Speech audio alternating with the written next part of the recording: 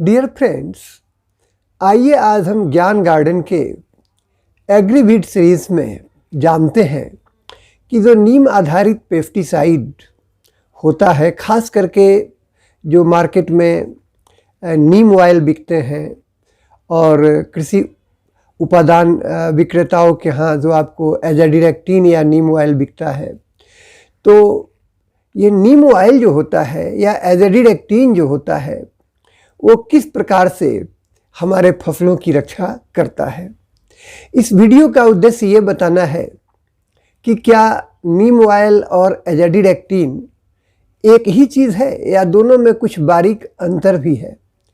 साथ ही साथ आपके मन में यह भी आता होगा कि यह किन किन कीटों में प्रभावी होता है, क्या कुछ बीमारियों का भी इससे नियंत्रण होता है, इसके अलावे यह कितना सेफ है और किन किन फसलों पे इसका इस्तेमाल हम नहीं कर सकते हैं, किन किन पौधों पे नहीं कर सकते हैं और इसका डोज क्या होना चाहिए। ठीक है, देखिए नीम जो है इसके बारे में कहा जाता है कि नीम का पेड़ जो है यह दरअसल एक विलेज डॉक्टर है और ये हमारे संस्कृति का, हमारे पर्यावरण का बिल्कुल एक अभिन्न हिस्सा है। उसमें ये रचा बसा है और इससे जो बायोपेस्टिसाइड्स बनते हैं वो कई किस्म के हैं। कुछ तो किसान खुद भी बना लेते हैं और कुछ जो है कंपनियां बना रही हैं।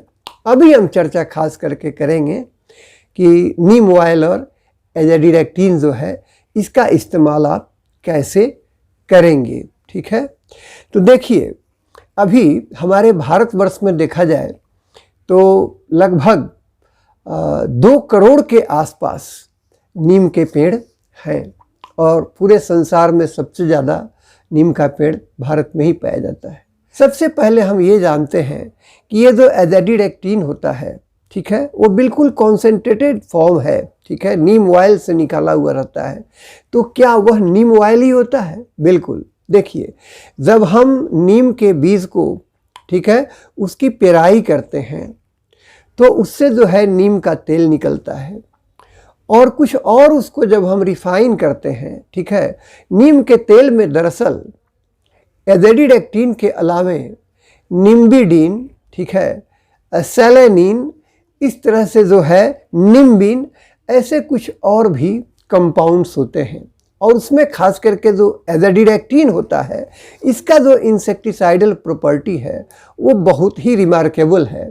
तो इसको एक्सट्रैक्ट किया हुआ रहता है। ठीक है, ये एजाडिरेक्टिन जो होता है यह भी जो है मार्केट में कई स्ट्रेंथ में आता है, कई शक्तियों में आता है। तो यहाँ तो मेरे हाथ में अभी मल्टी नीम है, आप देख रहे होंगे, ये मल्टीप्लेक्स का है, नया ही पैकेट है, इसका हमने एक बार इस्तेमाल किया है। ठीक है, तो ये मल्टी नीम जो है, इस तरह की और भी कंपनियां हैं मल्टीप्लेक्स के अलावे भी और बहुत सारे उनके प्रोडक्ट्स हैं। नीम ऑयल खास करके देखा जाए उसके भी बहुत सारे प्रोडक्ट हैं, ऑर्गेनिक कंपनियां भी बना रही हैं।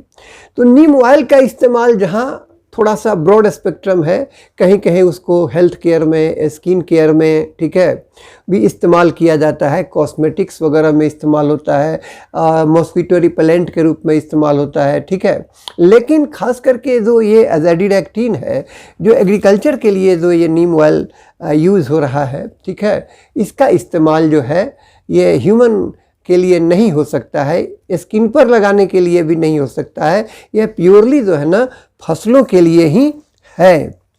तो आप जान गए कि दरअसल जो नीम का तेल होता है वो नीम के बीज से निकलता है एक कोल्ड प्रेस मेथड से, ठीक है, जो मैकेनिकल मेथड है। ठीक है, और फिर उससे बाद में जो है और भी उसको रिफाइन करके उसी में से एजाडिरेक्टिन जो है एक्सट्रैक्ट किया रहता है, निकाला रहता है। ठीक है, और दूसरे मेथड से भी, जैसे कुछ सॉल्वेंट वाला भी मेथड है, उससे भी जो है ये नीम का तेल निकलता है, ठीक है। तो हम उसके डिटेल में यहाँ पर नहीं जाएंगे। हमको ये देखना है कि जो नीम तेल है या एजेडिडक्टिन है, ये दरअसल कैसे काम करता है, ठीक है। तो ये एक इंसेक्टिसाइड के रूप में काम करता है, ठीक है। इंसेक्टिसाइड के रूप में कैसे काम करता है, तो यह कीटों को जो है मारता भी है, उनको भगाता भी है। इतना ही नहीं, यह क्या करता है कि कीटों में जो है अंडा देने की, फीमेल में जो अंडा देने का कैपेसिटी है उसको भी ये ख़त्म करता है। जो अंडा है उसको भी ये नष्ट करता है। जो सेक्सुअल कम्युनिकेशन है, जो कुछ फेरोमोन्स वगैरह रिलीज होते हैं, उसको भी ये बाधित करता है, ठीक है। एंटीफिडेंट है और रिपेलेंट है, और जो है ये लाही पर बहुत अच्छा काम करता है, थ्रिप्स पे काम करता है। व्हाइट फ्लाई, यह भी काफ़ी जिद्दी जो है कीट है, उस पे खूब अच्छा काम करता है। डायमंड बैक मॉथ होता है, ठीक है। इसके अलावा कुछ हेलिकोभर्पा वाले जो है, कुछ फली छेदक वाले जो कीट हैं, उन पर भी ये बहुत अच्छा काम करता है। और कहा तो यह भी जाता है कि ये इसका दीमक पर भी अच्छा असर पड़ता है। इसके खल्ली वगैरह का भी इस्तेमाल जो है आप देखते हैं कि मिट्टी में जो कुछ कीट व्याधि हैं उनको ख़त्म करने के लिए किया जाता है। और जो सूत्रकृमि होता है निमेटोड्स, उसके लिए भी किया जाता है। तो यह जो है इंसेक्टिसाइड के रूप में जो है इसका व्यापक असर होता है। कुछ फंजीसाइड का भी इसका एक्शन है, या कुछ जो है कवक जनित बीमारियों को भी ख़त्म करता है, जैसे पाउडरी मिल्ड्यू को, चूर्णी लास्टा जिसको कहते हैं, या डाउनी मिल्ड्यू को, या जो कुछ रस्ट वगैरह होते हैं उनको भी ख़त्म करता है। प्लस कुछ मकड़ियाँ होती हैं, ठीक है, हार्मफुल, जैसे आपने देखा होगा बैगन में, भिंडी में, ठीक है, कद्दू में, तो ये जो लाल मकड़ी कुछ होती है ये बड़ी नुकसान करती है, ठीक है, उस पर भी ये बहुत अच्छा काम करता है, ठीक है। इसके अलावा ये इंसेक्ट ग्रोथ रेगुलेटर है, इंसेक्ट के ग्रोथ को जो है ना ये बाधित करता है, ठीक है, और उसके रिप्रोडक्शन को तो ये जो है चेक करता ही है। तो ये कई रूपों में जो है एक इंसेक्टिसाइड का, फंजीसाइड का, माइटिसाइड का काम करता है, ठीक है। अब ये हम देखें कि इसका क्या क्या फिजिकल प्रॉपर्टी होता है। देखिए, देखने में तो ये ब्राउन कलर का है, इसको भी हमने जब इसमें डाला है, ठीक है, तो ये ब्राउन कलर का था, ठीक है, और इसको हमने जो है मोटा मोटी आधा लीटर पानी में डाला है, ठीक है। तो 1 लीटर में अगर इसको आपको डालना हो तो इसको हम 5 ml से 15 ml तक का इस्तेमाल करते हैं, ठीक है। और कैसे करते हैं उसको बाद में बताते हैं, ठीक है। वो डिपेंड करता है इसके स्ट्रेंथ पर, क्या किस स्ट्रेंथ का है, ठीक है। तो 1 टी स्पूनफुल जो होता है वो 5 ml का होता है, और 1 टेबल स्पूनफुल जो होता है वो 15 ml का होता है। इसका इस्तेमाल मोटा मोटी 5 से 15 ml तक हो सकता है, ठीक है, विशेष परिस्थितियों में। ये देखने में येलो टू ब्राउन होता है, पीला भूरा रंग का होता है। इसमें स्मेल होता है, अगर स्मेल नहीं है तो आप समझें कि हो सकता है बहुत अच्छा नहीं भी हो, ठीक है। तो ये गार्लिक का इसमें, लहसुन का और गंधक का थोड़ा स्मेल होता है, और स्ट्रॉन्ग स्मेल होता है इसका, ठीक है। फिर इसका टेस्ट, आपको टेस्ट करना नहीं है, लेकिन वैज्ञानिकों ने देखा है कि इसका टेस्ट जो है वो बीटर होता है, ठीक है। और ये ह्यूमन कंजम्पशन के लिए नहीं है, आदमी के इंटरनल कंजम्पशन के लिए ये नहीं है, ठीक है। इसका पीएच जो है, पीएच मान इसका लगभग 5.5 से 7.5 के आसपास तक होता है, ठीक है। और ये मिट्टी में भी अगर पड़ता है थोड़ा बहुत, आपने जैसे ड्रेंचिंग किया, पौधे पर से होकर के भी मिट्टी में गिरता है, तो इसका हार्मफुल इफेक्ट जो है वो नहीं है, ठीक है। ये नॉन टॉक्सिक होता है, ये खास करके चिड़ियों पर, जो स्तनधारी कुछ प्राणी हैं उन पर, मधुमक्खियों पर, केचुआ वगैरह पर इसका घातक असर नहीं होता है। हाँ, थोड़ा सा मछलियों के लिए जो है ये घातक हो सकता है, ठीक है, जलीय कुछ प्राणियों के लिए।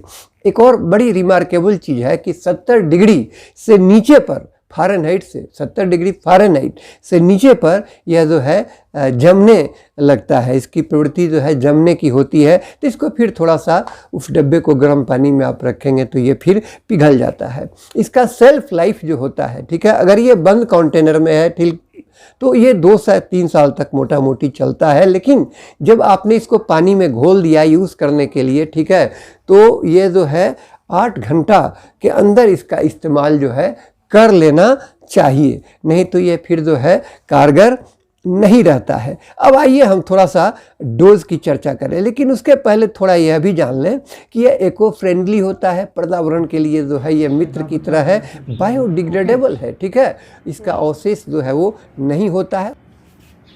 ये बायोडिग्रेडेबल होता है। और सबसे बड़ी बात कि जो पेस्ट रेसिस्टेंस वाला जो प्रॉब्लम है, ठीक है, जो एक प्रतिरोधक गुण जो आ जाता है पेस्ट के प्रति जो है, वो खास करके उसमें पेस्ट में जो एक प्रतिरोधक गुण आ जाता है बहुत सारे इंसेक्टिसाइड के प्रति, ठीक है, इस बार बार इस्तेमाल से, वह इसमें जो है नहीं होता है।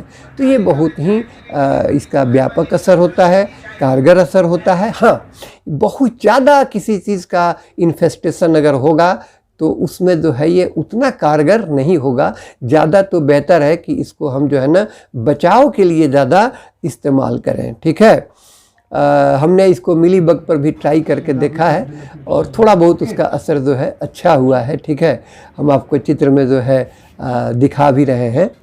ये देखिए, अब इसके डोज की चर्चा करते हैं, बड़ी इम्पोर्टेंट पॉइंट है ये। देखिए, 5 मिलीलीटर से 15 मिलीलीटर तक हम 1 लीटर पानी में इसको डालते हैं, लेकिन पानी अगर गुनगुना हो, हल्का गर्म हो तो बेहतर उसमें ये घुलेगा। लेकिन फिर भी आपको इसमें एक इमल्सिफायर जो है, साबुन हो, शैम्पू हो, लिक्विड डिश सॉप वगैरह, उसको डालना ही पड़ेगा। इसमें भी हमने जो है एक तरह का शैम्पू जो है मिलाया हुआ है, ठीक है। और सबसे बड़ी कुछ बात है कि इसमें सावधानियां हैं। क्या क्या सावधानियां हैं? पौधे अगर बहुत छोटे हैं, नवजात पौधों पर, ठीक है, तुरंत रोपे गए पौधों पर, बहुत कम दिन के पौधों पर इसका इस्तेमाल नहीं करें। जब सूरज निकला हुआ हो, गर्मी हो, उसमें इसका इस्तेमाल नहीं करें, ठीक है। अगर पौधा जो है बिल्कुल जाड़े में, बिल्कुल गर्मी में, इस तरह से कुछ उसको स्ट्रेस हुआ है, ठीक है, उस पर कुछ जोर पड़ा है वातावरण का, तो वैसे पौधों पर इसका इस्तेमाल नहीं करना चाहिए।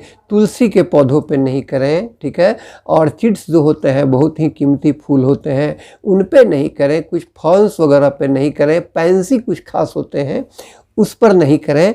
और जब भी इसका प्रयोग करना हो तो आप जो है थोड़ा इसके बारे में जो है कुछ इंस्ट्रक्शन भी जो दिया हुआ है उसको पढ़ लें। बहुत सारी कंपनियों के जो है नीम ऑयल आते हैं, तो उसका जो व्यापक प्रयोग होता है, जैसे खादी है या फिर पतंजलि है, बैद्यनाथ है, काम आयुर्वेदा है, इन सारे कंपनियों के हम आपको चित्र भी दिखा रहे हैं। लेकिन एग्रीकल्चर में खास करके जो है थोड़ा उससे सस्ता जो होगा उसका हम लोग इस्तेमाल करते हैं, नीम ऑयल का, ठीक है। और ख़ास करके जो है ये, जैसे हमने इसको बताया, ये मल्टीप्लेक्स का जो मल्टी नीम है, इसके बारे में भी डिटेल में बता रहे हैं कि ये काफ़ी कारगर है। जो पौधे पर हॉपर लगते हैं, फुदकने वाले जो कुछ कीट हैं वो नहीं लगते हैं, धड़छेदक नहीं लगता है। गॉल मीज, इसकी भी बड़ी समस्या रहती है, गॉल मीज पे ये बड़ी काम करता है। हम आपको चित्र में दिखा रहे हैं कि गॉल मीज लगता है तो कैसे छोटे छोटे छोटे छोटे उस पर जो है ना लगता है कि चेचक के दानों की तरह पत्तों पर जो है उभरते हैं, ठीक है। लाही पर तो काम करता ही है, श्वेत मक्खी पे काम करता है, थ्रिप्स पे काम करता है, कुछ फल मक्खियों वगैरह पर भी ये काम करता है। और ये छोटे बड़े कई साइज में इस कंपनी का आता है और लगभग सभी कंपनियों का, ठीक है।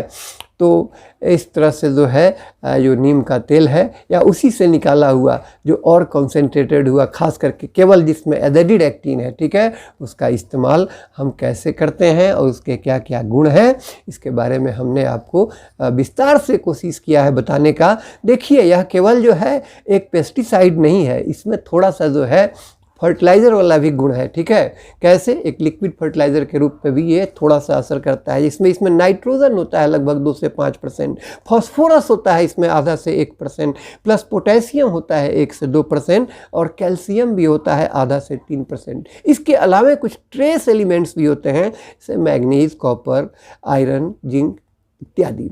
तो ये देखा जाए तो बहुत ही जो है पौधों के स्वास्थ्य की रक्षा करने के लिए आप जो है बिल्कुल निश्चिंत होकर के इसका इस्तेमाल आप कर सकते हैं। And thank you.